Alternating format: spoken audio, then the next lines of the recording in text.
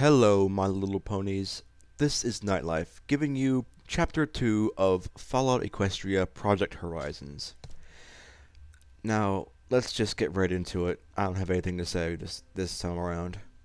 Chapter 2, Trust. In the end, we all have to trust in something. Outside. Every pony in the stable imagined it, at some point. According to the overmare, it was supposed to be an irradiated desert, a quick death, a death quick enough to doom any pony caught beyond the main door, but slow enough that you'd wish you could put yourself out of your misery.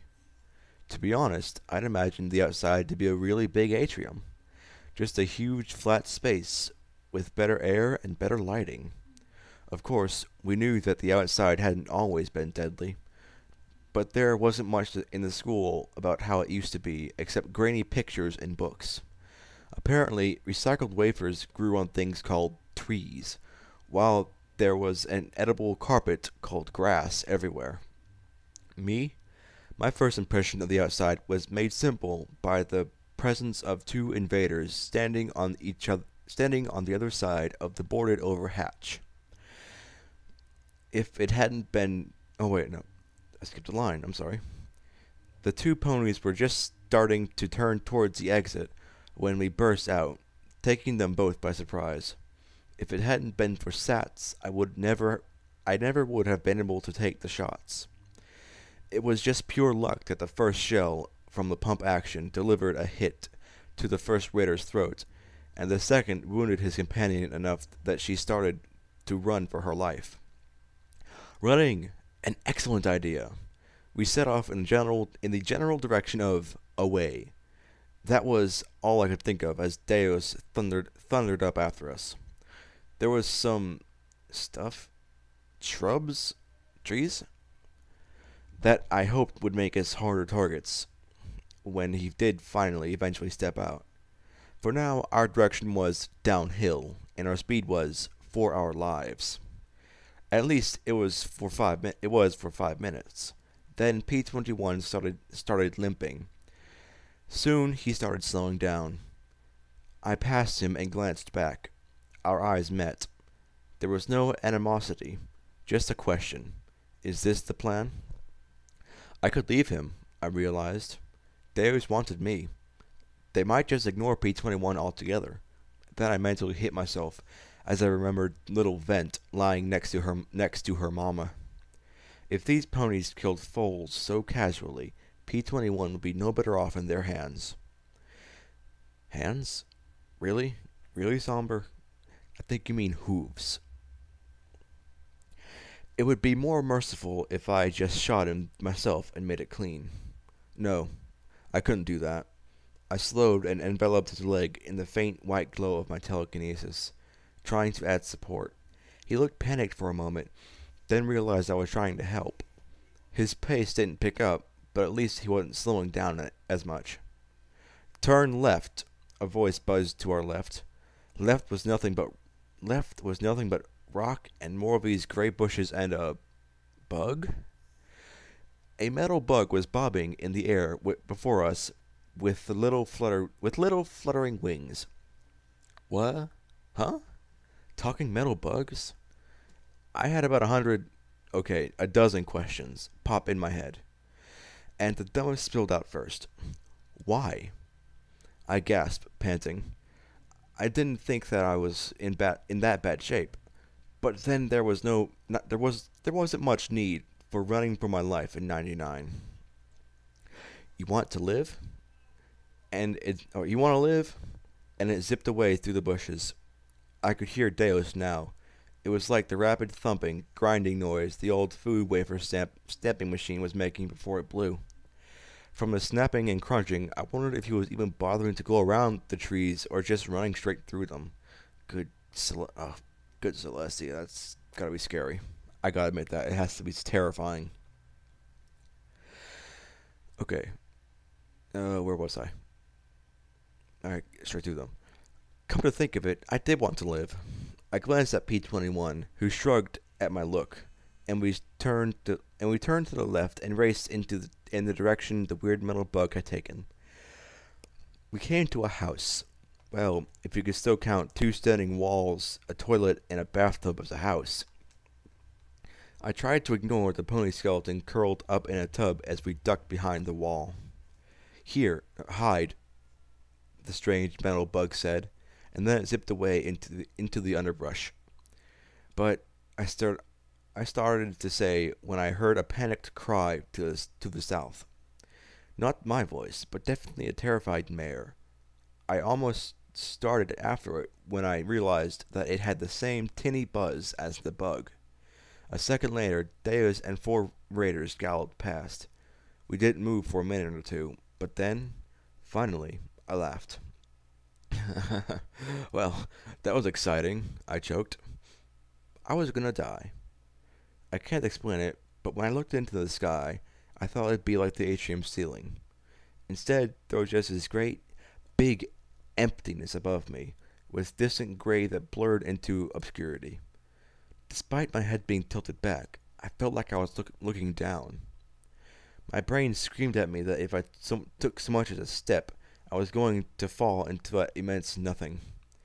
I hate to admit that, after everything I'd been through, it was just the simple sky that made me wet my barding. Blackjack, P-21 said, first with annoyance, then with growing alarm. I barely heard him. I couldn't move. I could only breathe as fast as possible.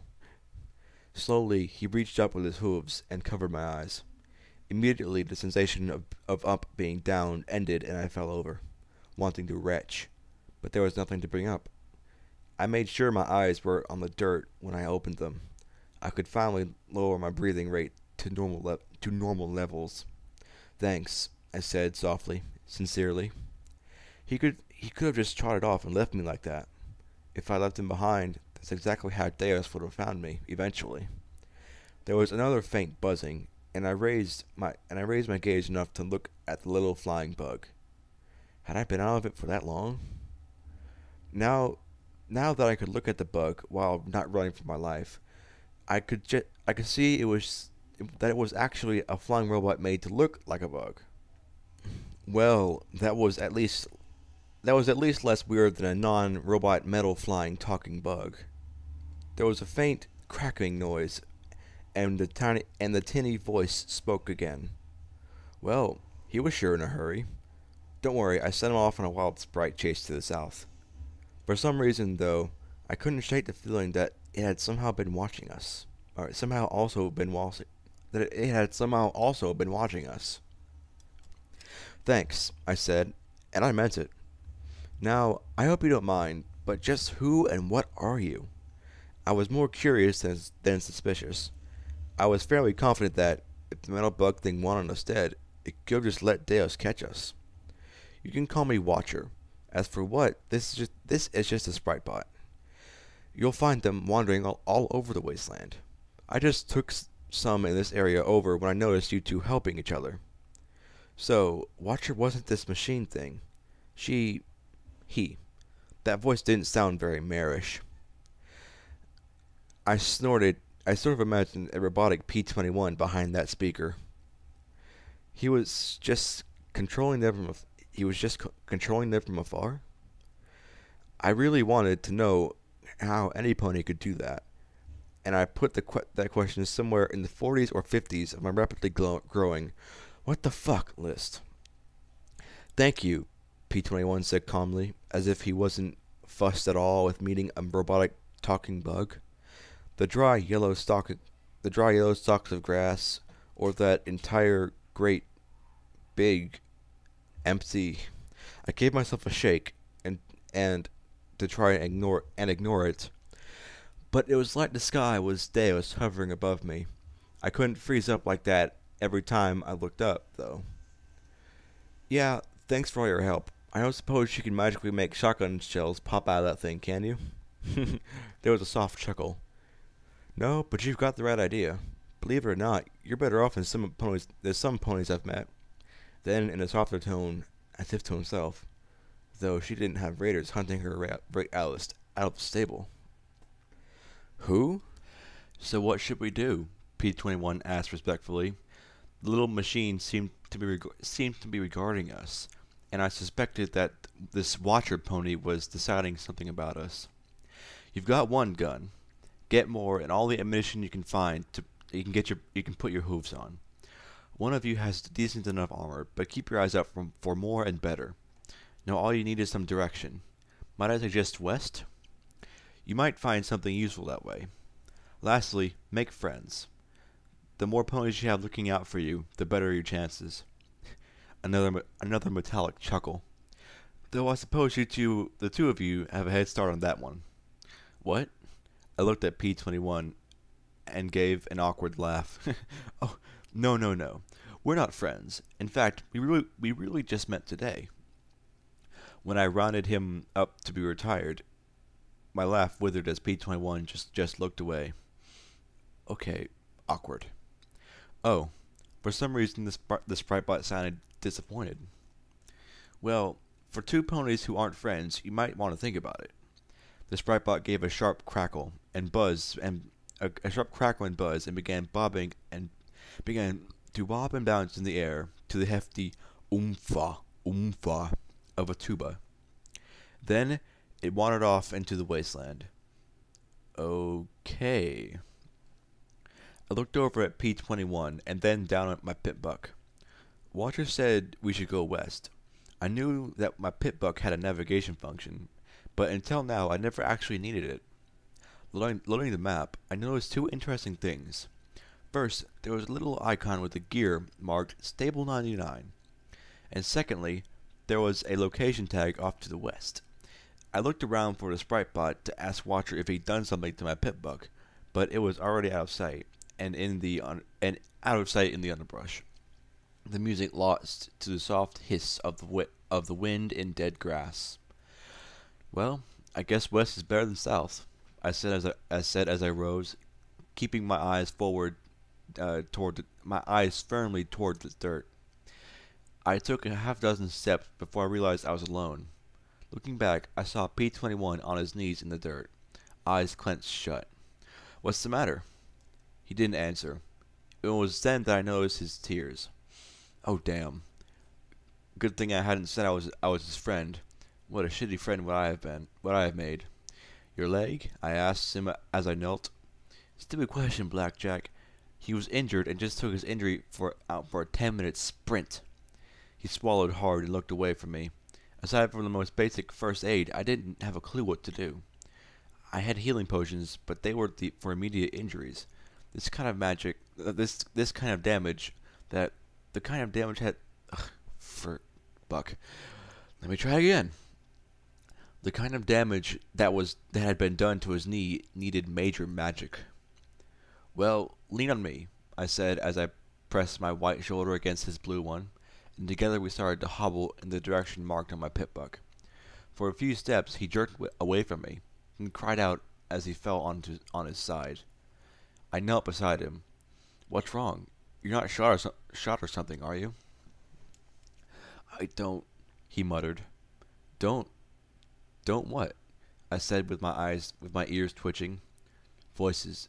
P-21 started to answer, but I grabbed him and clapped my hoof over his mouth. There! That way! Please listen to me! Came the plaintive whine of U-21. Shut up! Do all stables whine so much? Please don't kill me! I don't want to die! Please don't rape my ass! It hurts! Don't do that! Bitch, bitch, bitch! A buck said sharply. Now hurry up! When we find the big guy, the big guy, he'll decide what to do. U-21 shouted off a few more protests as they continued off to the south.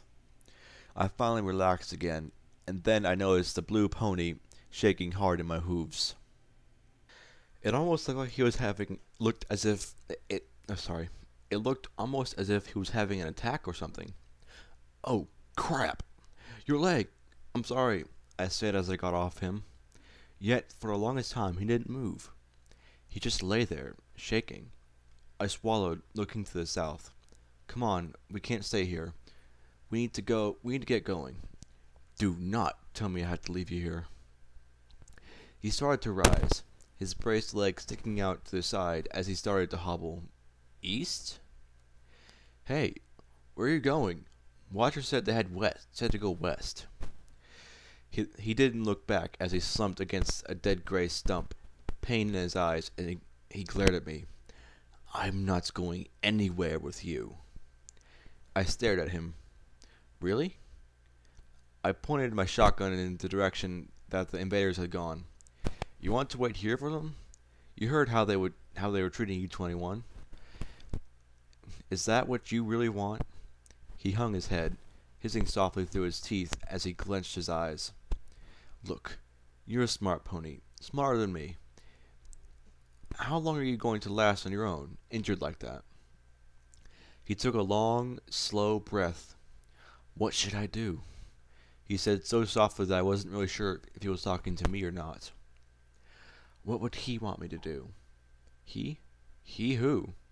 But before I could ask, he said to me, Fine, so I can go on my own, I'll go with you. He tried to take a few steps, but at this rate we'd managed 50 feet in an hour. I moved up beside him and leaned my shoulder against his again. Don't touch me, he blurted. Funny, I would have thought a male would be used to being touched. Of course, when I pulled away, he nearly fell over again. He nearly fell over. Again. He flushed, closing his eyes. Please don't touch me a lot. Wow, he sounded like he was begging. Maybe he was hurt worse than I thought. Ugh, that's one way of putting it, Blackjack. I'll try not to, I promised in a soft tone. I did my best to support him, and we hobbled to the west. Maybe we get lucky and run across a miraculously skilled unicorn surgeon who worked for free. I could keep my mind off the sky above trying to work out the odds for that one. We've been traveling for almost 3 hours, and it felt like a lot longer. There was no sense of time in the gray twilight beneath the rolling clouds. Walking shoulder to shoulder with P-21, I knew we weren't making good time, but it was increasing the odds that Deus wouldn't find us. I spent a little bit of time thinking about Mom and the stable. Had they clear out the raiders? Who had died? It didn't matter, as I'd never seen them again, but I felt homesick. I wanted to be able to look forward to Rivet's next game. I longed for my boring and uneventful night shift. I remembered how thrilled I had been at the idea of being on the surface and wanted to kick myself. We hadn't come across anything too serious yet. Some fat, bloated fly things that had spat nasty thorns at us. I didn't waste rounds after the first time. The butt of the pump action was more than sufficient. When I put their carcasses in my bag, well, we'd have to eat at some point.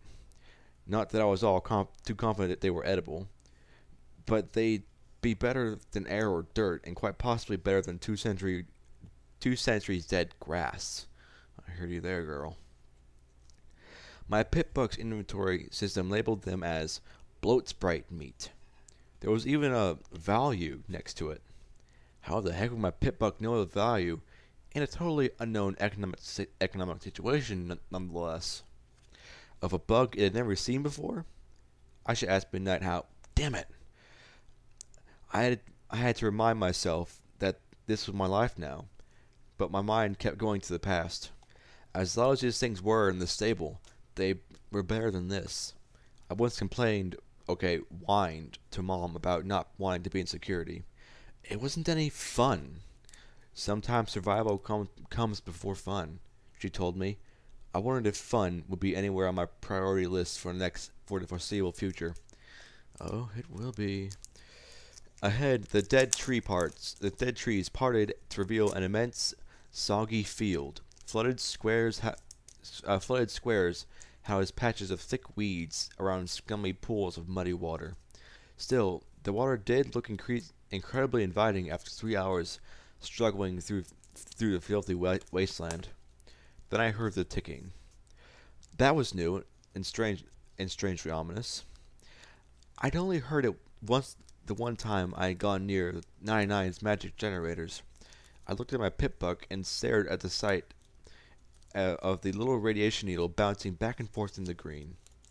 Oh, that's not good. I muttered as I took some more steps toward it and toward forward, and the clicking increased. This wasn't the flesh-stripping radiation I'd been warned about in school safety courses, but suddenly the pool seemed as inviting as a raider's welcome mat. Moving up the hillside, we could see a small, still intact farmhouse next to the barn. I could make out the rainbow swirl on the pools and several rusted barns sticking out of the water. Several rusted barrels sticking out of the water. More barrels were spilled from a large smashed vehicle that looked as if it just fallen from the sky into the center of the field. Clearly, the sturdy farmhouse had been built by somebody who took pride in their work, and the building was just far enough from the water that the ticking from my pip buck stopped. The door and windows were all intact, and, unless I was mistaken, this would be a good place for P-21 to rest. Who was I kidding? I needed a break as much as he did. I needed a roof over my head desperately. I kept imagining suction tugging me towards the clouds. Inside, the place had been ransacked. Most of the furniture had been tossed about. The shelves were mostly bare, and the floors were covered with broken dishes and garbage. Some old bones and rags had been tossed into the corner, and a few newspapers lay in grubby heaps in another. "Hoofington's Angel of Death strikes again," declared one headline. "4 falls filleted," said the one beneath. I spotted some pictures that had been knocked off the wall and turned over the cracked frames with my hoof. The photographs were badly faded, but there were some I could make out. One of a mare and a huge buck wearing some sort of harness around his neck and a bandage around his waist. Kinky sex? Somehow I doubted it. There was something off in the images for that. A picture of the same teenage mare with the apples for a cutie mark carrying a filly with a bow tie. Bull sitter? Again, something about the image didn't sit right. An old mare smiling sleepily as she stood behind the three foals dressed. What were they wearing? They looked like little monsters. Another of a filly wearing an old, battered hat so enormous it covered her head completely. But the two pictures that really threw me had the old mare next to a buck. It wasn't that it was a buck. That it was a buck didn't shock me. An old buck. He was every bit as old, as wrinkly and crooked as the mare. Clearly, the massive old hat eating the filly's head was his.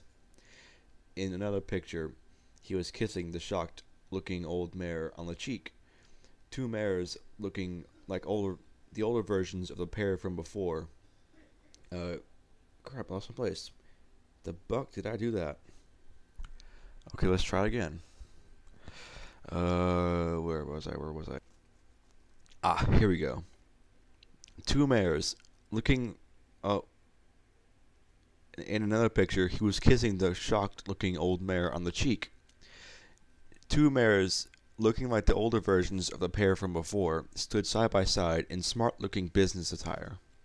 The large buck in the harness now wore a smart military uniform. The old buck pushed the old mare in a wheelchair. Family. They were family. Not the mother-daughter dynamic of Stable 99, but a family. I could vaguely remember hearing about the old ways in history class, but seeing an actual happy family like that. P-21 was looking at the pictures of the old buck and the uniformed stallion with a shocked expression. When he quickly covered up with the second, he caught me smiling at him. "What?" he said defensively and looked away. Goddesses, was he blushing?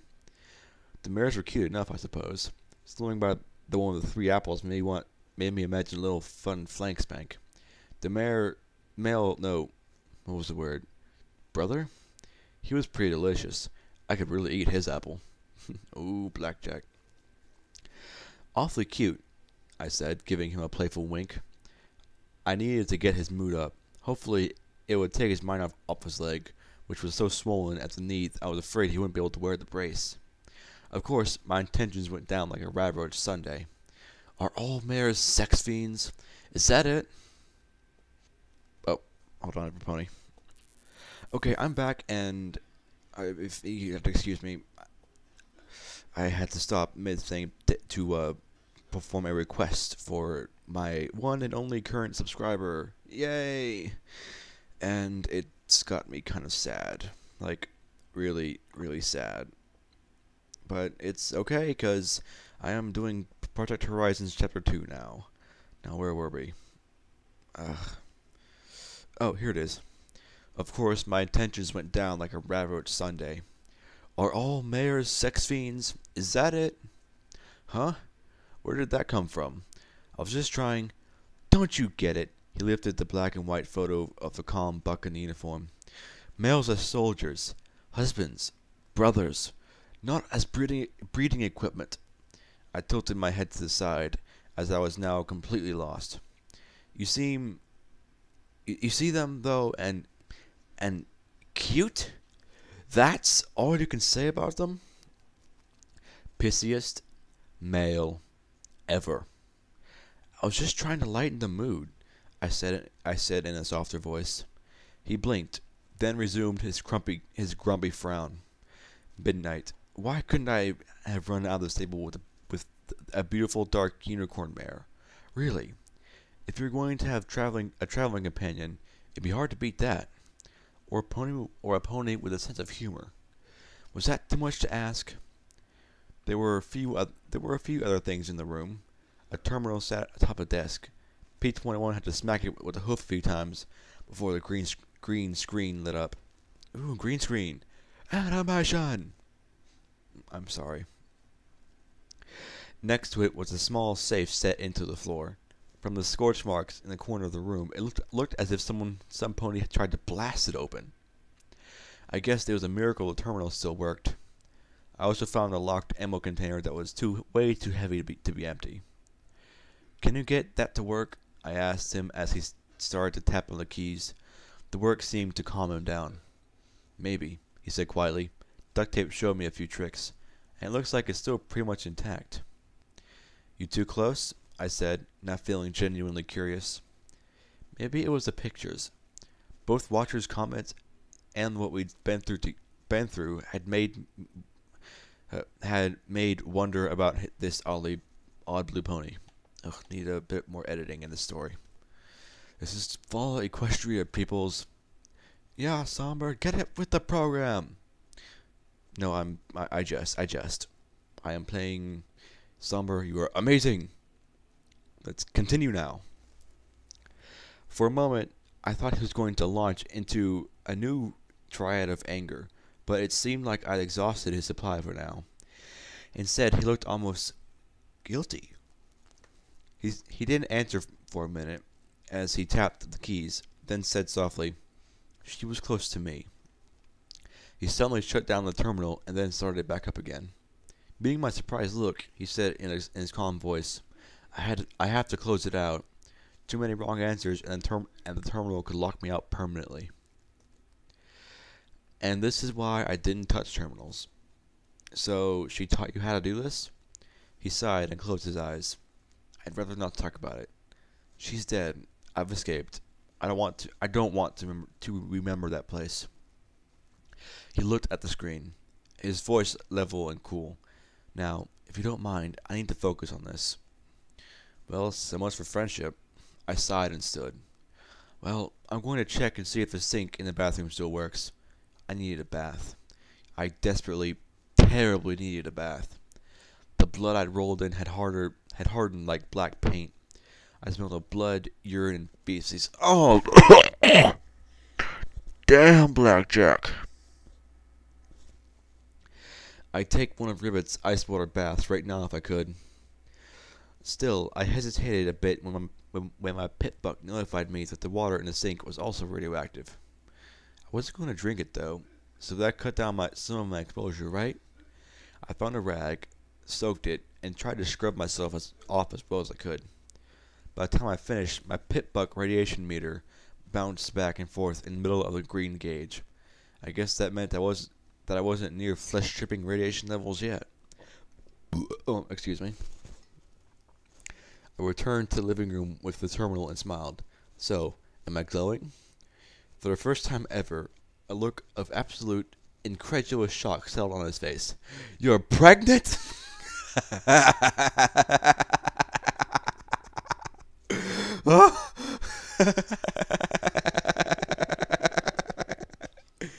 Oh, that looks weird on the waveform.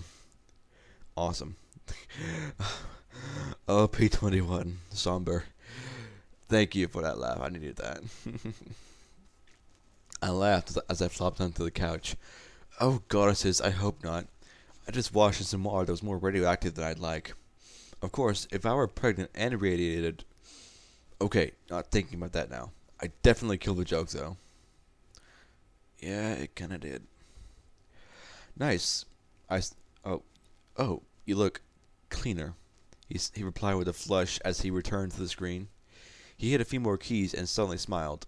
Finally, Granny. Interesting password.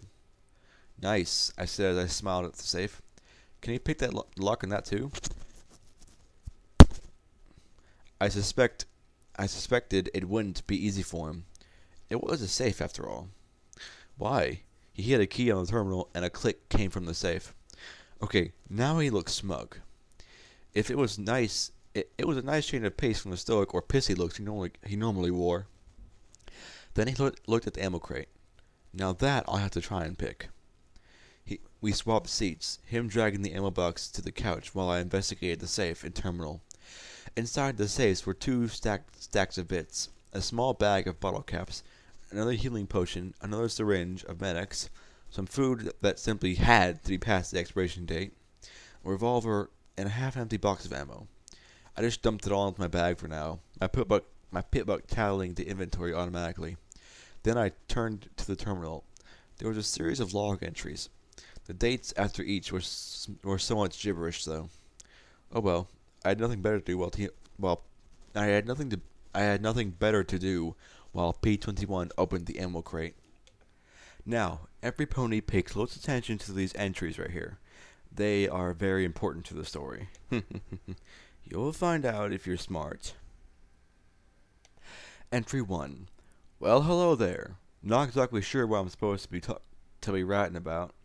Doctors said it'd keep my noggin from falling apart if I write stuff down. It's important to keep a journal, Hoss. Personally, I think it's a bunch of hooey. But since Apple Bloom went through the trouble of sending Granny this contraption, I might as well learn to use it. Entry 2. Well, in a time of one boneheaded decision after another, one more shouldn't be much of a surprise. Celestia's out and Luna's in. A 1,000-year rule is a good stretch, I suppose. Unfortunately, I doubt this whole shake-up is gonna do any pony a lick of good. Ministries? What are they doing that wasn't done before? Here they're gonna remove the gardens because each one has to have their own headquarters or some such. Glad I retired when I did. Don't think I could stand the hurt of seeing it all torn up. Entry 3. Big Macintosh is dead. I know they said he died a hero saving Princess Celestia. I'm glad that Celestia's alive and all, but I also wish Granny's grandson was still about. Instead, they're going on and on about how heroic he was. Makes me want to spit. Big Macintosh wasn't a hero for saving Celestia. He was a hero because he tried to save any pony who didn't deserve to die. Granny's not doing too well since the funeral. I don't think any statue in Ponyville is going to make up for this. Entry 4. Buried Granny Smith behind the farm. Apple Bloom sent her condolences. I don't know if Applejack's heard. Getting a message through the Ministry of Technology is a hassle enough. It's been a long time coming, watching her slip away. Somehow I thought she'd last forever, though. Things are getting so bad I'm feeling like I want to join her these days, or some days. This world's so angry. It's so full of hatred that all I can do is shut it out and try to keep this little corner green and healthy. It's all I can do anymore. Made a new friend though. Marigold at the garden club. Kind filly. Said she stopped by and showed her foal at the farm. Entry 5. World ended today. Thought that was worth writing down. I guess the war's over. Hooray! Loads of ponies seemed streaming through my fields to get into that stable on the hill. I sent Marigold and her foal up that way since they can't reach 90 in time. Hope it does some good.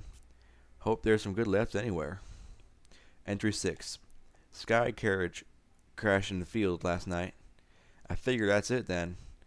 I don't know what that sludge is, but it's melted those two Pegasuses, liquefied them. There's some kind of green snow starting to fall. Pretty sure it's gonna kill me. Done killed everything else. I ain't seen any ponies since that black mare snuck in the barn. Invited her inside, but she just skedaddled. Feeling tired now, but maybe that's just my age. Never wanted to live long enough to see all this. Just wish I had the strength to rest with Granny. Feels wrong dying like this. Entry 7. One generation passes away and another generation comes, but Equestria abides for login timeout. Disconnecting. Now, I hoped every pony listened closely, and I'm sorry I rambled and stumbled, but that set of entries was incredibly important to the plot, and it ties into a great deal many things. Yes, it does. Continuing on. I didn't know how long I'd sat there reading the entries over and over again. It wasn't until I heard the pop of the lid coming off the ammo box that I looked over at P21. I felt completely torn. On one hoof, feeling bad for the old pony who lived just long enough to see this world blasted apart. On the other, he hadn't lived to see how bad things would get. Seeing me blubbering, P21 suddenly looked uncomfortable as he opened up the case. Want some more bullets? He asked as he tilted the ammo container. Yeah, thanks. I didn't want bullets. I wanted 7 entries of Hoss telling me how wonderful life was. I rose to take the loose, shifting rounds out of the case and dumped them unceremoniously into my bag. I had no idea what kind of gun they went to. Perhaps a rifle. As I scrolled through my inventory to distract me from the bones in the corner, P21 read through the journal entries himself. I don't know exactly what I expected. Tears like mine, I supposed. I wanted to know my reaction wasn't weak or wrong. When he finished, though, he didn't cry. He simply looked at me with that even blue gaze. Do you want to do something about it? Do? What do you mean? I asked in confusion. Well, you can sit here and cry, he said as he rose with a groan, leg brace squealing softly before he limped towards the door. Or we can do what he asked. Confused, I stood and walked out after him. He looked around at the grass around the farmhouse and then slowly limped out. Was it just me, or was it getting darker? About 50 feet up the slope was an odd squared-off stone. Some wit had used it for target practice, and the marble was so chipped as to be illegible. Start digging, carefully, he said before he returned to the farmhouse. Oh. Slowly, I started to scrape away the soil with my magic. It was hard work, and I was glad. Focusing on this, I felt my horror of that open darkness above me fading away. The nightmares of the attack dwindled away. I didn't see air duct's foal lying with her head nearly sawn off. I didn't think about Hoss's last moments. I simply thought of dirt as my horn's magic scraped away layer after layer. He returned just as my magic brushed against something more substantial. With great care, I levitated the dirt around the buried bones of the pony. Finally, I stopped. My horn hurt, my head hurt, my eyes burned, but I did feel a little better as P21 laid Hoss next to Granny. Then I noticed something in Granny's hooves. A little figurine of a cheerful orange pony I recognized from the pictures. Her hooves kicked at the air as she grinned confidently at me. Carefully, I levitated out the little statue from the grave and gently brushed the dirt away from a tiny picture at the base. Be strong. Looking at the orange pony, her little cowboy hat, and 3-apple cutie mark, I couldn't help but smile. I wanted to be strong. I needed to be strong. I glanced at P-21, but he was simply placing the bones. Would it be okay? I asked softly. He glanced at me, then at the figurine, before going back to placing Haas's remains in the earth. I'm curious why you're asking me, he said as he finished laying out the bones. He finished by placing a brown moth-shoot hat atop the old skull. Because you seem to know what's right, I replied. I felt so confused right now. I'd welcome any advice. I guess it depends why you want it, he said as he sat on the edge of the grave, looking at me. I hesitated before I answered. For some reason, I wanted to be completely honest with him right now. If I'd come across this beauty just hours ago, I had swapped it for some treats, drinks, or sex. But now, everything was changed and different. Because I want to remember him. Because no one else does this. Because no one else does but us. I looked at him and gave a snotty sniff. And I forgot to be strong. And I wasn't strong. Not really. I had a shotgun and an overactive proclivity to using it. He looked at the figurine in my hooves for a long moment, then sighed softly. Then I guess it'd be alright. I looked at the figurine. A sensation settled around my shoulders, a focus driving away some of the terror and worries that were nibbling at the back of my mind.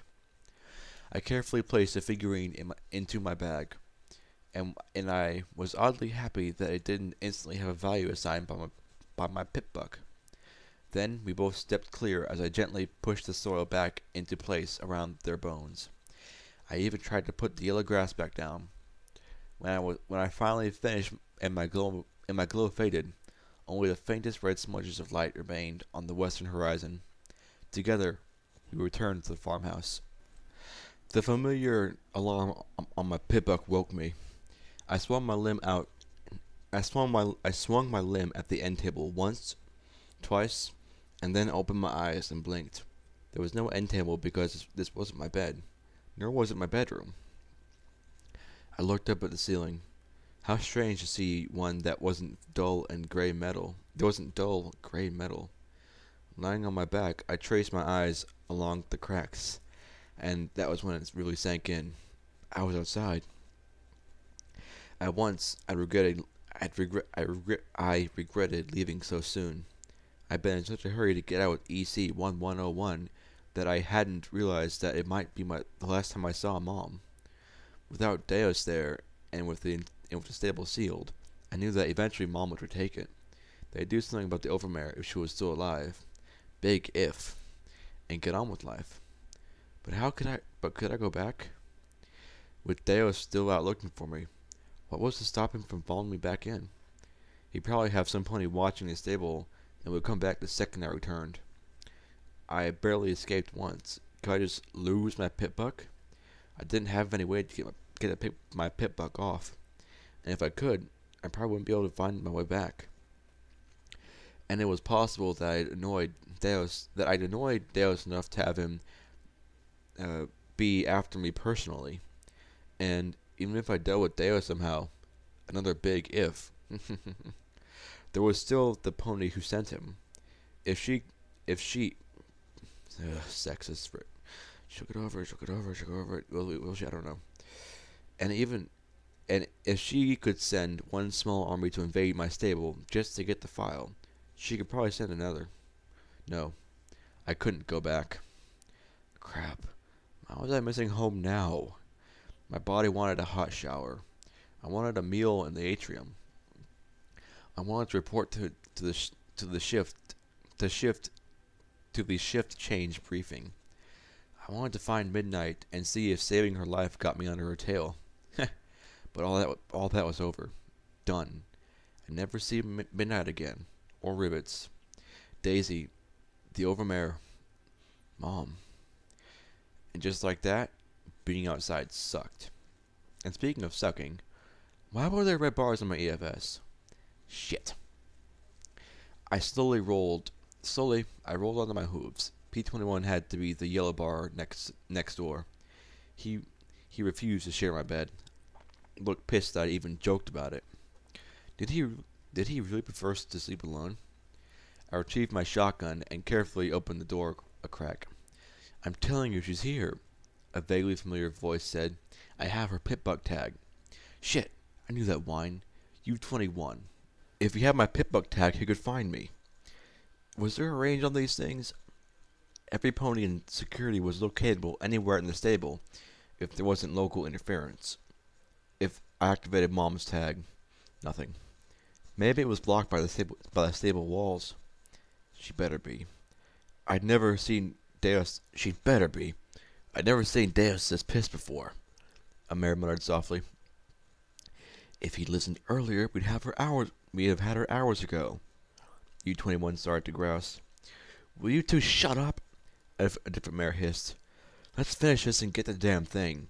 This is Raider territory, and unlike Deus, we're tasty snacks to the freaks out here. They were coming down the hall. In a few seconds, they'd be at the door. Correction, 2 were coming down the hall. 2 were back in the living room. They reached P21's room.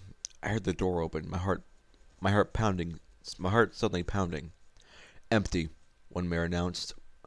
I stepped aside, and slowly the door cracked open. I saw the barrel of an automatic pistol, the mouth biting the grip, the eyes searching me out. Then our eyes met. Suddenly, I saw a buck decapitated by my shotgun. I saw his head blown into chunks. I saw the terror in the mare's blue eyes as she saw with certainty her own demise. I wanted to scream at her to run. My throat sealed shut. I wanted to shoot right above her head and make her flee. I couldn't move my aim. She turned the barrels toward me, and in her eyes I saw the doomed look of a pony knowing they acted futilely. I think it's supposed to be futility. Oh well. I pulled the trigger. 8 pellets of lead traveled fast less than 2 feet, turning the firearm into scrap, and her lower face and throat into pulp. She made a noise, not exactly a scream, with all the bubbly frost coming from her. Her whole body whipped wildly, flinging gore before she collapsed in a thrashing heap. "Fucking hell!" shouted a mare as I moved into the doorway. She had a security saddle with 2 single-shot rifles connected to it, and a welding helmet protecting her face. Her gang colors didn't do shit to protect her, though. I knew the difference between barding and wasteland armor. We fired almost simultaneously as she backpedaled, yanking on her bridle. One bullet slugged my hide but didn't penetrate. I slipped into sats. Aimed for her chest. So I didn't want to blow another mare's face off. Call me a wuss. 3 rounds of buckshot turned the hall and most of her front into blasted ruin. As that accelerated time wore off, she slumped to the ground, her last shot chewing up the floor before she fell over into a bloody mess. I looked down at the mare still thrashing on the ground as she tried to breathe through the ground meat of her throat. I wanted to put her out of her misery. From the tears in her eyes, she wanted it too. I pointed the shotgun at her head. She stilled a little. Just pull the trigger. End her pain. I couldn't do it. Sorry, I muttered to her. She shuddered and closed her eyes. I hoped that was it. I hoped that was that. A second later, I had bigger worries as the unicorn mare floated another automatic pistol around the corner and fired blindly. A lucky shot nicked my ear, which probably saved me by getting me to duck down. The mayor then stepped into the hallway with 2 automatic pistols floating before her, aiming them right at my head. The shotgun blasted a cone of lead and destruction that had her scrambling for cover again. Her shots were wild, but I only had 3 more shells in the shotgun and no time to reload. I tripped over the bloody mare's corpse at the end of the hall, rolling over it as the remaining mare fired at me. U-21 was behind her, apparently learning about a little firearm feature called safety the hard way. "You're dead! Fucking dead!" screamed the mare as she pointed her automatics at me. Sats was still recharging. We were going to make a mess of each other. And then my magic reached out. There was more than just a safety on an automatic. I fought to split my attention to hit those nubs directly beneath the safeties.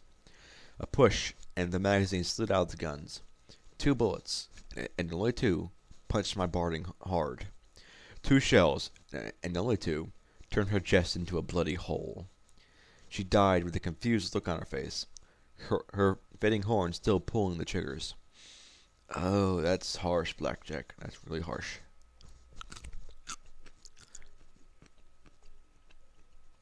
Sorry, that was me having a little snack break. Okay, now, where were we? Oh, yes. With the... The brown unicorn got his weapon working, putting us around in the wall. He took one look at me and screamed as I brought my shotgun around, firing his weapon wildly in my general direction. He was the pony that had told raiders how to use the bloody pit bucks to find security mares. No other raider could know. He's been working with Deus, and he was shooting at me. Okay, trying to shoot at me. This was a shot I could take. Red bar. Red and it's dead. The last shell and pump action shot in the pump action shotgun blasted out. In his final second, he raised his hoof to shield himself with his foreleg. He'd have been toast, but for one thing. He was wearing a pit buck. This one might not have had a reinforced casing, but pit bucks were tough suckers. The blast was virtually point-blank range, and the lead shot didn't have time to spread, almost entirely slamming into the device. The acorn found himself peppered with wildly flung shrapnel, but not turned into a smear on the floor. Damn. I'm just imagining that actually happening. Like someone gets shot with a pissy little 22, and suddenly there's a smear on the floor. I'm sorry. I'm a Texan, if you couldn't know. If you couldn't tell. And we tend to like guns. Yes, a Texas brony. Okay, I'm rambling. Back to story. Screaming, he raised his hooves to his ears and rolled back and forth. The arcane device still attached to his leg was now so much sparking metal. Breathing hard, I reloaded as quickly as I could. He flung his gun when his focus snapped. I couldn't risk him getting it again. I lifted the reloaded shotgun. P-21 was shouting something, but there was time for that later. Then I got shot in the ass. The sudden bloom of pain. Oh, excuse me. In the back of my leg scattered my body as well. Scattered my thoughts as well. Damn it! Hadn't I decided back in 799 not to get shot anymore? I looked back, and my eyes met the shocked face of P-21. He was shaking as he bit down on the brown unicorn's gun. I calmly put the safety back on, just in the nick of time, as he pulled the trigger a few more times. The friendly fire had turned my EFS red. I suppose it was the first time he'd shot a gun. Aim, then fire, I said through a haze of pain. I turned back to U-21. Blackjack, P-21 yelled in a strangled voice behind me, and I looked back at him. There was a look on his face, strained and anguished. He's done. Please, don't murder another 99 male. Another? Wait, still, wait, what? Still, U-21 did look pathetic. His blast had probably temporarily deafened him. I sighed. Waste of ammo anyway. P-21 let out a held breath, then frowned at me. Yeah, thank goodness you didn't waste ammo on that mare. I glanced down in the hallway with a frown at the mare in the bedroom. That was completely different, wasn't it? I checked U-21, but only found something that looked like a weak healing potion. It barely took care of the shot in my rump and the other nicks and injuries, but it was something. I knelt down and said loudly, "Where's your boss?" U-21 whimpered, curling up into a fecal-smelling ball. Damn, Blackjack, you made him shit himself. He was going to be useless. Let's go. P-21 stared at me, his features slowly hardening once again. No. Huh? I blinked back at him. What do you mean, no? We were back to this. We were back to this again? It's a pretty simple word. 2 letters. I'm pretty sure even you can figure it out. He pointed his hoof to the other male. Help him right now. Give him one of your potions, P-21 said firmly. Otherwise, get going. Suddenly, the thought of being on my own loomed inside me. It was a feeling I didn't like one bit. One of the most effective forms of punishment in 99 was isolation. I'd gotten it twice. 24 hours in a virtual closet for mouthing off about the overmare. It was worse than detention. At least in there you could hear ponies through the bars. P-21, I said softly. You said I know this stuff better than you, right? Then help him. Otherwise, you're on your own. He said firmly, his lips pressing together. He meant it too. Okay, ponies. What is this supposed to mean? What is pressing your lips together? What emotion or what is that supposed to convey? I don't even know. Let's just continue the story. I floated out one of the healing potions Marmalade had tucked into her bartering pockets and set it next to him. He could use it when he pulled himself together. I felt a little ashamed, a little annoyed, and a lot confused. Did he think I spared the mare because I wanted her to live? Did he think I favored mares over bucks?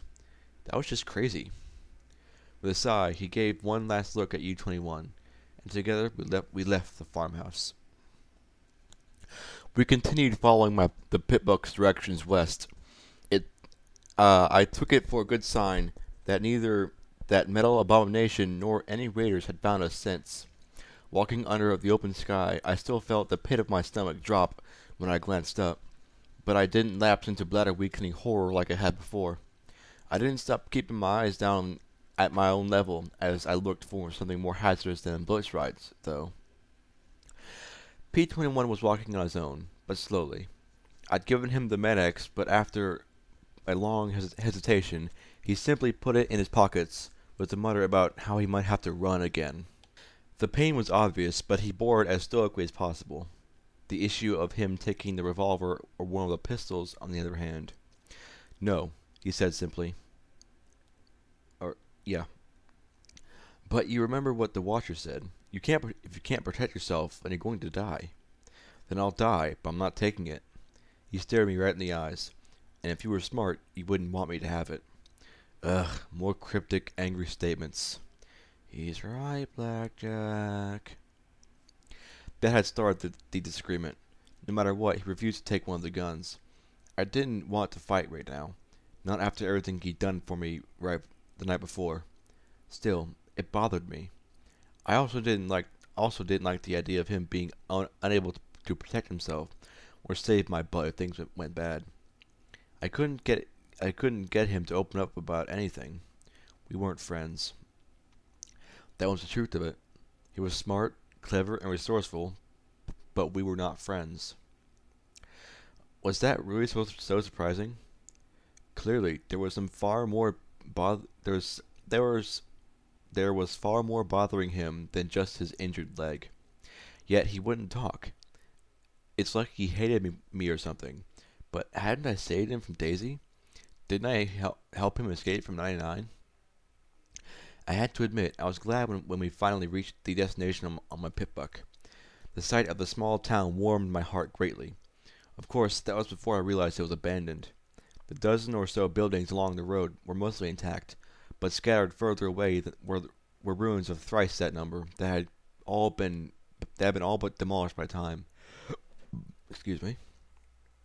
In the middle of town was a large 2-story building made of brick. As we got closer, my pitbuck chirped. It looked like I looked at it and I saw 2 new icons. Flooded fields lay behind us, and this town was apparently called Withers. Doo-doo-doo.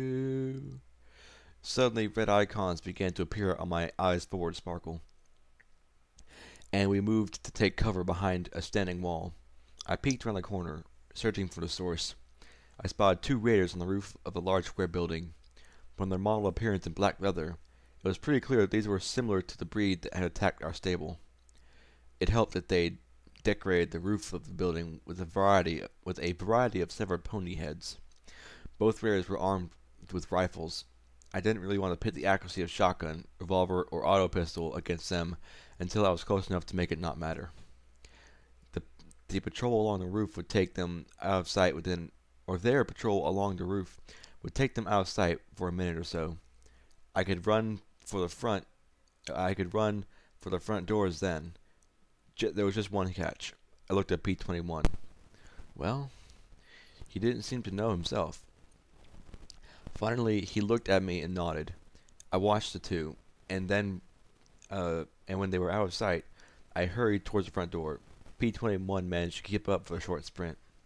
Then I glimpsed the word above the front door of school. Somehow, I didn't like this one bit.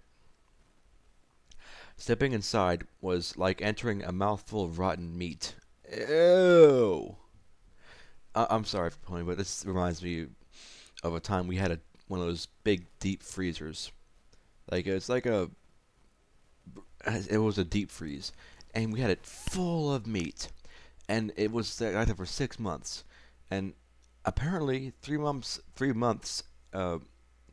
After about 3 months, it died, and we didn't know. So one day we opened it, and 3 months of rotten meat stench filled the house. I know what a mouthful of rotten meat smells like. One second, everybody. Okay, I'm back. I had to throw up a bit, sorry. Okay, where was I? Somehow I didn't like this one bit. Stepping inside was like entering a mouthful of rotten meat. Flies buzzing everywhere around coagulated pools of blood. Bodies. No, these were body parts, lay strewn and scattered like gory decoration. I nearly slipped on a layer of sludge covering the floor. Glancing behind me, I saw P-21 looking with his stoic expression at the at the butchered corpses draped across the front desk. Then the raider stepped around the corner. His eyes widened, and the brown mare ducked her head to pull another automatic pistol from a holster on her front leg. She didn't even aim before starting to fire wildly. I only had 13 or 14 shells and I hadn't bothered to check how much ammo I had for the revolver or auto pistols. As she started to fire, I triggered Sats and placed 2 shots in her pockmarked face. Executing the spell, I watched in slow motion as her face disintegrated in chunks of bone, blood, and brain. Unfortunately, as her corpse fell to join the others, I heard the yells from within the school. The shouts, cackles, and errant gunshots left no confusion as to their intent. "We're gonna kill you and rape your ass!" That was me saying that. I'm going off script. Off script? What the fuck? Ugh.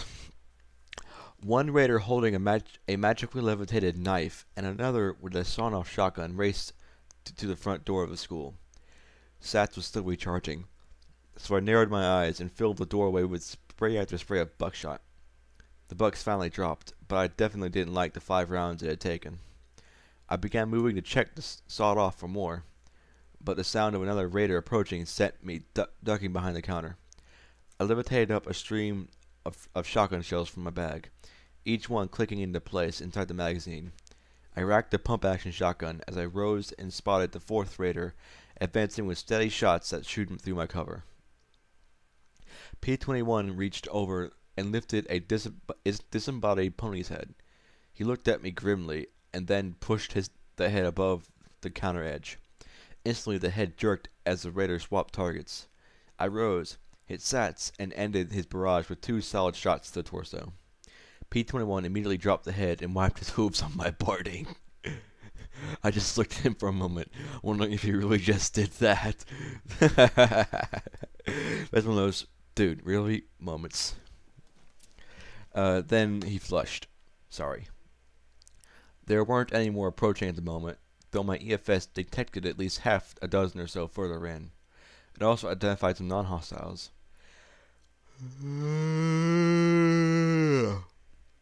Ugh, I'm sorry, everyone. It's 10:30. Yeah, I am not doing good for a pony who calls himself Nightlife. Oh well. There weren't any more approaching the blah blah blah blah blah. I went from slain raider to slain raider, simply unloading whatever they had into my bags. At least half of it seemed to be trash, but my pit bug handled the inventory well enough. It even displayed approximate weapon quality. No surprise that most of these weapons were junk.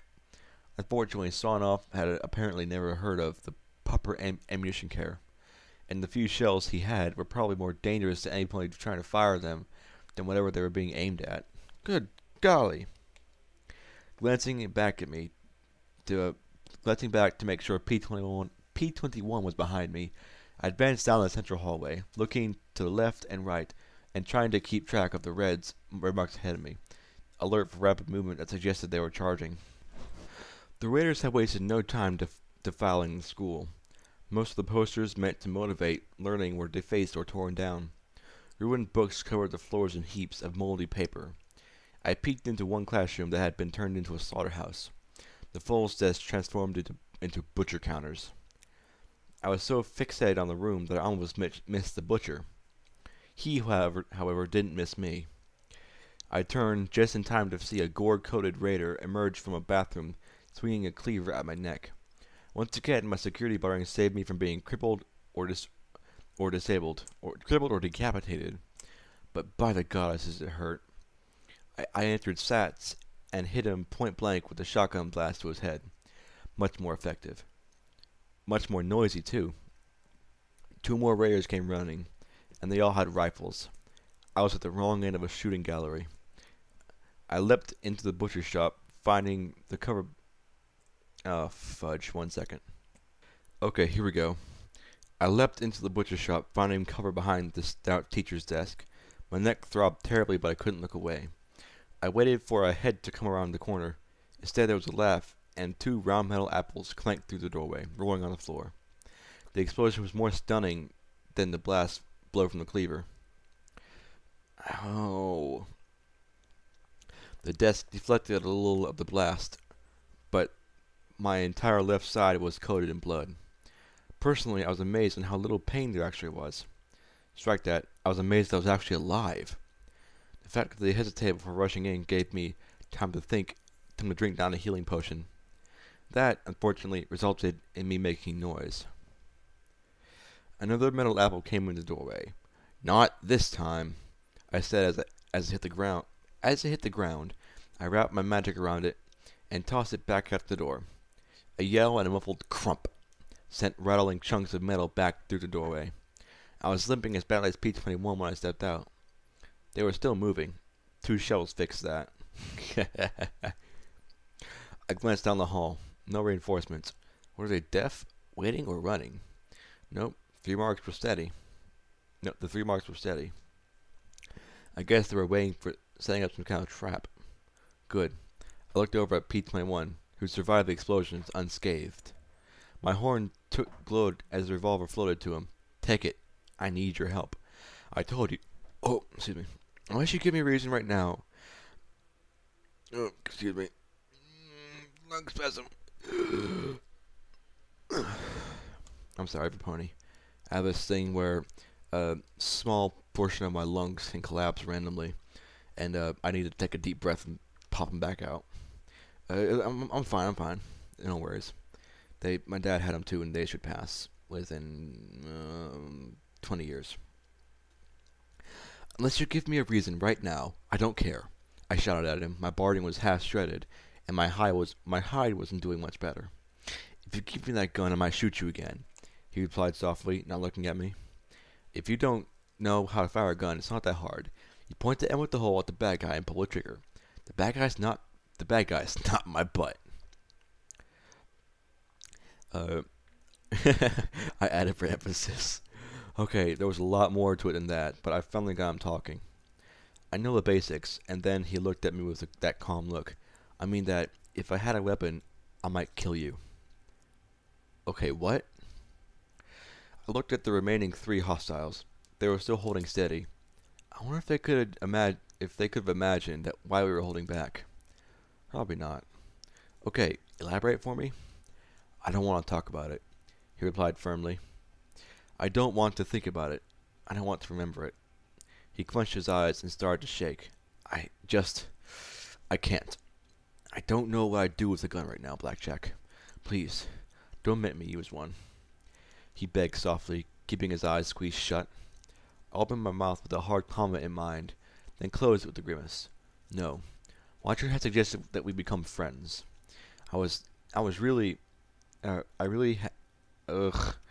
sorry, my jaw's starting to hurt. I really never had any in '99. Not till Marmalade, and that lasted all 5 minutes. Being in security, I always made folks nervous that I'd bring trouble on their heads. I thought about Rivets at midnight. I'd have to talk to him like I talked to them, minus the whole sex thing. Pity, before a breeder he didn't take that well. Shut the fuck up, Blackjack. You don't want to talk? Alright. I'm not going to make you talk. It's just that there's 2 of us here and only one of us shooting. There was a guilty look in his eyes. I don't trust myself with the gun right now. He looked away. I'm glad you know who you're supposed to shoot. I felt like I wanted to shoot every pony. You know who to shoot. Somehow I suspected he wasn't talking about my pit buck's eyes forward sparkle. Him shooting me in the farmhouse and trying to fire again after I hit the safety. Those have been accidents, right? Right? I remembered back at the flooded fields farmhouse, looking at the figurine in the dirt, because you seem to know what's right. Don't think about it now, Blackjack. You're in the middle of a nightmare. Try to focus. I took a deep breath and did my best to summon my most nightmare moon may care smile. What does that mean, nightmare moon may care? I know it's a caveat to the devil may care, but the fuck does that mean? I've heard it dozens of times, and if you know what it means, please explain in comments, please. It's been bugging the crap out of me. Alright, my best nightmare moon may care smile. And now was no time to show doubt. Hell, I need to convince myself as much as him. Okay, well, that's simple. We just need to get you another pit buck. Yellow be mellow, red instead. I was glad to see him returning my smile. Okay, it was a half-assed smile, but now I felt like half my posterior was blasted off. I noticed a red line creeping slowly towards us. I don't think that was much help. In '99, all the pit bucks showed me was red, he said as he looked at the revolver and pushed it back to me. I'll try and back you up however I can. Just please don't ask me to do this. I could try and force him to carry the revolver. It seemed so ridiculous here in the wasteland. We were sitting in a school that had been transformed into a grisly morgue, but he still refused. Somehow, even in all of this, he wouldn't cross that line. I doubted that when Watcher talked about us being friends, it involved me shoving a gun into P-21's mouth and sending him to kill ponies. Alright, just promise me you'll tell me why someday. Okay, P-21? Relief flooded his features. You'll be the first to know. Probably because you're the only pony in the wasteland that who has a clue what 99 was like. But still, first to know. He was trying for a joke. It was so precious. Scroll down, damn it. Scroll down. Oh, fuck. Great. I almost couldn't help but laugh. Almost. I watched as the sneaking raider poked her face around the corner. I have to admit, the expression on her face was pretty funny. I smiled right at her, despite the apple-shaped bomb in her hooves. I looked right into her jaundiced face and yellowed eyes with their tiny, pinprick pupils and gave a little shake of my head. The shotgun floating 3 feet from her head probably helped. Instantly, my pit buck tag swapped from red to yellow, and she dropped the bomb and raced for an exit as fast as her legs could carry her. I'm sorry, when I'm playing Fallout, even if a raider runs, I still kill their asses.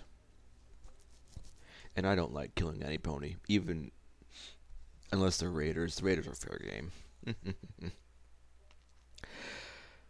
Somehow the sight, alright, somehow the sight of the raider running from the two of us struck me as unbelievably funny, given I was half blown up and P-21 was unarmed. I couldn't imagine what the sound of my laughter would mean to the raiders. Oh, that's gotta be scary to a raider. Alright, let's finish this, I said as I walked past the apple bomb, carefully moving it inside the classroom. Sure, it looked simple enough, but I didn't want to touch it. I had no idea how big a boom it would make, and preferred weapons with a more predictable area of destruction. Oh, hey, kitty. I'm making a recording right now, kitty. So, go on now. And no, I did not name him Opal. Okay, I'm back. Cat was a bit annoying.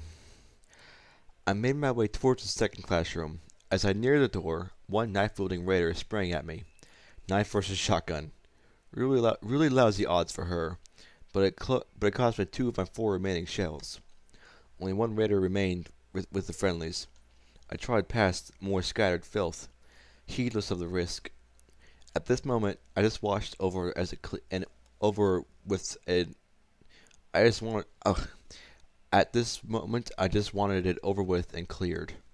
The other classroom had a pen of sorts constructed of chain-link fence in the far corner. Within were a half dozen filthy, terrified-looking fillies. A half dozen, as in 6. The raider crouched behind them.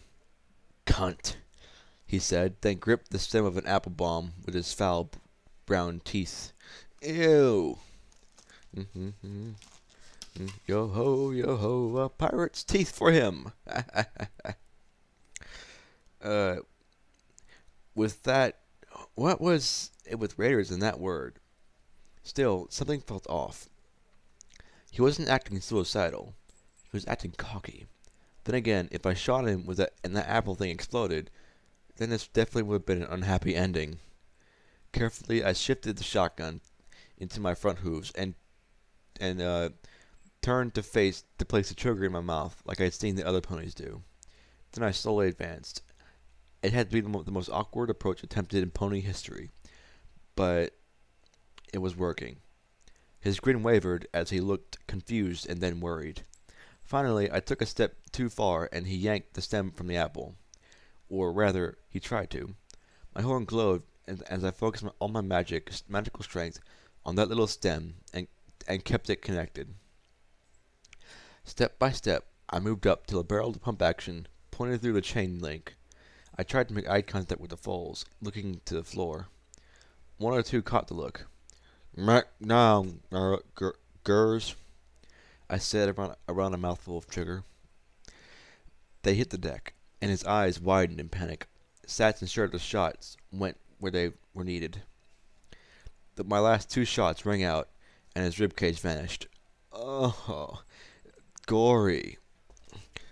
The assorted viscera within came slithering out in a messy heap over his hostages, but at least they were still alive. Suddenly the girls started screaming. Then there were 2 bangs behind me and an explosion, and everything turned white, then dark. Dun dun dun. Okay, I'm going to take a small break because my jaw is beginning to be numb and hurting. I've been talking too long. I'll be back, and I will pause the recording so you don't need to see me or hear me going stuff. Love you guys. Okay, I'm back, every pony. Welcome to the best of the reading. And there's not that much to go either. See, I told you ponies it wouldn't be another 2.5 hours. Oh well. Let's get this mother done, shall we? I was still alive. This hurt way too much to be death. I was stripped. Stripped and face down on a mattress. This isn't the first time. This isn't gonna be the last, girl. This is not going to be the last. He'd warned me he tried to kill me. I just didn't actually expect him to do it. I heard voices and glanced over to see P-21 surrounded by the nervous fillies eating some of the 2-century-old food from the farm, as well as what I'd assumed were the raider supplies. Apparently, it was still edible. A small fire crackled in a trash can next to them. The foals all wore torn, ragged cloaks draped over their flanks. My back was wrapped in layers of medical bandages, and movement made everything hurt. My low groan tipped P-21 off, and he rose to trot by my side. "How are you feeling?" "You shot me in the back." "I didn't," he stammered. "Some pony shot me. In the back." I growled, glancing up at him. Was I going to have to get used to this? "He really didn't, ma'am," little Philly said, trembling slightly. "See?" She pointed a hoof towards the door. There were some extra raiders in the hallway. "The one you spared must have gone for help. They snuck up behind you, and I thought they killed you," P-21 said quietly. "And who killed them?" I asked as I looked at him with a cocked brow. He suddenly looked sheepish. I looked at the scorch marks around the body parts of the raiders. "Well, they walked right past you, and they were just standing together, and that apple bomb was just sitting there," he said, looking troubled. "I didn't realize just what it would do." "It's called a grenade. It blows ponies up. Everybody knows that," a pink filly called out as she lifted her face from a box of cereal, her muzzle coated in sugary dust. It was a little disturbing how she cleaned it all away in one lick. "Pinkie Pie!" "He's funny," a teal filly said as she grinned at P-21. "He was actually apologizing to him after they was blowed up." I'm sorry. I'm just picturing a blue pony, blue buck, saying, "Oh my gosh, I'm so sorry," to a bunch of twitching corpses. I'm sick, aren't I? Well, that's me, nightlife. Drugs, sex, and raves, all at once. Oh, not that I don't do that, but I condone them full-heartedly. In nightclubs.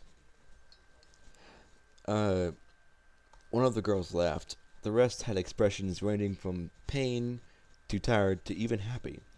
They didn't look scared. Though, with how I must have looked right then, it'd be a miracle if anybody was scared of me. Ooh, it's 11. Sorry.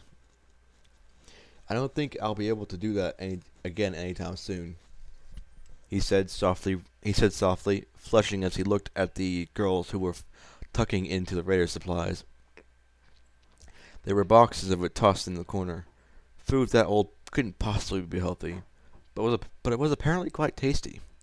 Why were raiders butchering ponies if they had other food, though? It was just crazy. Oh yeah, because raiders are totally sane. I looked at the teal one, who, aside from looking very sore under her tail,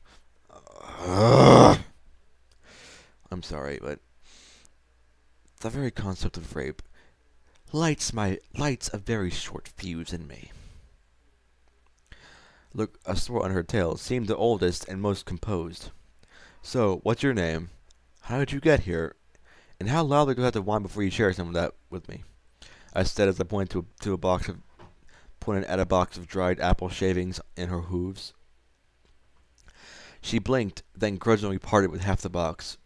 I was a little skeptical until the first bite. Then my eyes went wide. I never tasted anything so sweet and tasty in my life. My pillbox's little radiation clicks went unnoticed as I chowed down. Sugar apple bombs leapt right to the top of my favorites list. It's better than sex. I do not know where that came from. I am so sorry. As for my name, I'm Scoodle. The raiders grabbed us while we was out looking for stuff for the finders. Scoodle? Well, who's that to judge? My name's Blackjack. P-21, he chimed in. Y'all got funny names. That seemed to count in our favor. The teal pony lifted the box of sugar apple bombs and poured them into her mouth, chewing frantically before letting out a loud belch, much to the giggles of the other fillies. She pointed at P-21. He's got a great nose for finding stuff. Got into that safe in the office and everything. Just click and open. Y'all should join up with him. He nudged over a duffel bag closer to me. There weren't any shotgun shells, but there's another automatic pistol and some ammo. He seemed a bit put out about finding a gun in a school. What? Oh well, safety and all. The nurse's office also had some bandages and stuff, but we used most of it on you. Thanks, I looked at Scoodle. What's a finder? I asked as I felt the most wonderful buzz running through me. And this is all without even a single drop of rum. Then she gave me the look she gave me suggested I was an idiot for not knowing this bit of information. We're not from around here. Still ponies, huh? Don't know nothing. She shook her head in disappointment, and adopted a lecturing pose and tone so like the overmare that I fought not to giggle. Finders are a bunch of ponies what find stuff. They trade and swap for the darndest stuff, even junk, but they pay good for ammo, weapons, or anything else we find that we don't use. They'll trade with almost any pony. So you're finders? Apparently they were not, from the sour looks I received. No, she said as she stood with pride to shove a tiny patch crudely sewn into the raggedly plaid cloak. It was a little soiled with white cloth, showing a rearing filly. We're crusaders. But where are your parents? Immediately they all looked sad or angry. I got the distinct sensation that I just fucked up. But I couldn't see how. If they were kids, they had to have some pony, right? B-21 answered me in a whisper. Blackjack, they're orphans. Ooh. I really didn't want to move, but the sugary goodness compelled me. That, and I wanted to peek around Withers and real quick to see if there were any more red marks on EFS. I still wouldn't look up at the sky. It made me feel silly. These children have been captured, tortured, raped, and watched some of their cult friends get killed. And here I was, scared of the sky. Still, I had to admit, the cool air was quite nice. I never realized till now how thick and humid 99's air had been. There was a billboard at the edge of Withers, where the road straightened to the southwest. Welcome to Hoofington, city of tomorrow. Welcome to the world of tomorrow. I'm sorry, I couldn't help but the Futurama reference. Okay, lame reference is out now. Read the caption over an image of soaring gray towers connected by bridges. In the sky above, 7 Pegasi flew overhead like an arrow trailing a crackling thunder. See Shadowbolt Tower, declared bold words. Oh, I'm sorry. In one starburst. Home of the Hoofington Reapers, announced another starburst, next to a grinning gap-toothed cartoon buck in a black helmet. Tour of Broncos headquarters, free for fillies and colts, a little robot pony said with a wide smile. Okay, there we go. Accidentally hit down too far. There was one thing off, though. Written across the billboard in faded red spray paint was, "Abandon all hope, ye who enter here." Ooh. Nice. Not exactly the best advertisement for the city. I could barely make out an eerie green light far in the distance down the road. The plinking of a piano and the twang of a banjo filled the night, preluding the Sprite-Bot's arrival.